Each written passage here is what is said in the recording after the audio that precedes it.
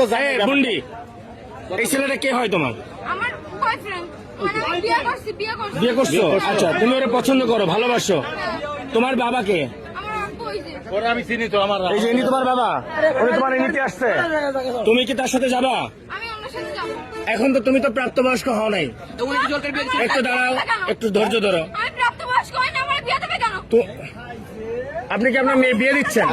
আমি বিয়ে দেওয়ার জন্য আমি ছেলেও আছে, বিয়ে না করবে থাকবে আমার বাড়ি থাকবে।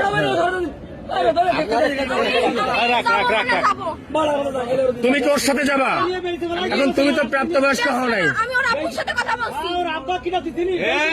ও নাম্বার আমি তুমি ওর কপালে সিঁদুর দেওয়া আছে। আরে মুসলমান, মুসলমান কখন? মেয়ে দিয়েছিলাম, তাই মনে লাগছে। তোমার বাসা কোথায়? তোমরা নিতে আসছো, এরা যদি এখন তোমার মায়েরা পুলিশে দেয়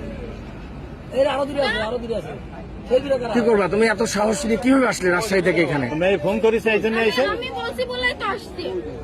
তুমি সাহস দিয়ে আনছো, এমনকি তুমি ওর সাথে যাবা? হ্যাঁ, যাবো। আর ও যদি তোমার একটা বিপদে ফেলে তাহলে কি হবে? কি করে বিপদে ফেলবে?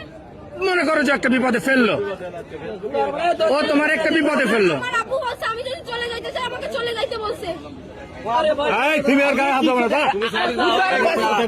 আমি যা বলছি আমি আর দেবো না দেবো না দেবো না দেবো না আমি যাবো না।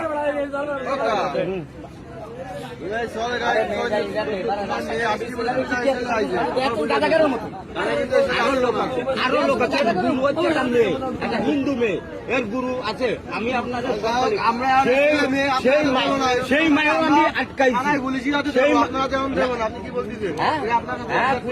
না না, প্রশাসনের বাইরে দেওয়া যাবে না। তোমরা একটু এদিকে আসো, আমার সাথে আসো।